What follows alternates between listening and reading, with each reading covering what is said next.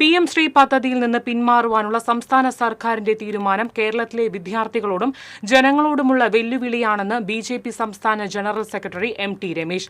ചില മതമൗലികവാദ സംഘടനകളുടെ തിട്ടൂരത്തിനനുസരിച്ചാണ് പിന്മാറ്റമെന്നും MT രമേശ് ആരോപിച്ചു. PM ശ്രീ പദ്ധതിയിൽ നിന്ന് പിൻവാങ്ങുവാനുള്ള സംസ്ഥാന സർക്കാരിന്റെ തീരുമാനം കേരളത്തിലെ ജനങ്ങളോടും വിദ്യാർത്ഥികളോടുമുള്ള വെല്ലുവിളിയാണ്.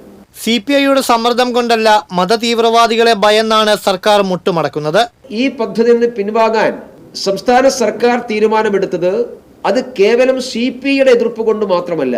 കേരളത്തിലെ ചില മത തീവ്രവാദ സംഘടനകൾ, മതമൗലികവാദ സംഘടനകൾ PM ശ്രീ പദ്ധതി നടപ്പിലാക്കാൻ വേണ്ടി പാടില്ല എന്ന് പറഞ്ഞിട്ടുണ്ട്. അവരുടെ തിട്ടൂരത്തെ ഭയന്നുകൊണ്ടാണ്, അവരെ തൃപ്തിപ്പെടുത്താൻ വേണ്ടിയിട്ടാണ് ഈ തീരുമാനം സംസ്ഥാന സർക്കാർ എടുത്തിട്ടുള്ളത്. അതുകൊണ്ട് ഇത് ആളുകളെ വിഡ്ഢികളാക്കുന്ന സമീപനമാണ്. പിന്മാറ്റത്തിലൂടെ കോടികൾ കേരളത്തിന് നഷ്ടമാകും.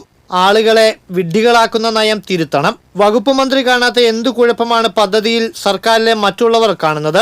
മുഖ്യമന്ത്രി അറിയാതെയാണോ ധാരണാപത്രത്തിൽ ഒപ്പിട്ടത്?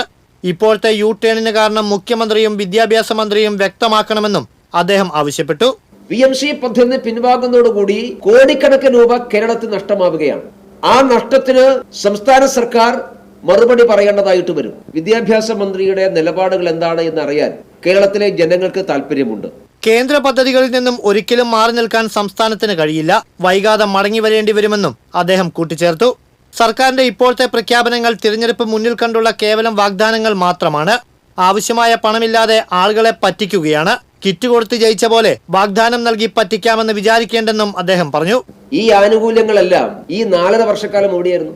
4-ാം തീയതി 5-ാം തീയതി തെരഞ്ഞെടുപ്പ് പ്രഖ്യാപിക്കുമെന്നാണ് വരുന്നത്. പിന്നെ ഇവർക്ക് കൊടുക്കാൻ പറ്റില്ല. അപ്പൊ പ്രഖ്യാപനം മാത്രമേ ഉള്ളൂ, പണമൊന്നും കയ്യിൽ കിട്ടാൻ വേണ്ടി പോകുന്നില്ല.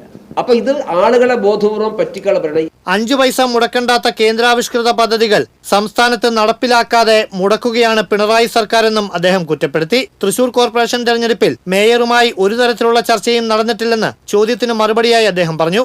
ഞങ്ങള് തൃശൂർ കോർപ്പറേഷന്റെ കഴിഞ്ഞ 5 വർഷക്കാലത്തെ വികസന വിരുദ്ധമായിട്ടുള്ള നിലപാടുകൾക്കും അഴിമതിക്കുമെതിരായിട്ട് സമരം നടത്തി ഈ കോർപ്പറേഷനിലെ ഭൂരിപക്ഷം നേടാൻ ആഗ്രഹിക്കുന്ന പാർട്ടിയാണ്. അത്തരമൊരു സാഹചര്യത്തിൽ കഴിഞ്ഞ 5 കൊല്ലത്തെ വിഴുപ്പുപാട് ഞങ്ങൾ എന്തിനു വെക്കണം?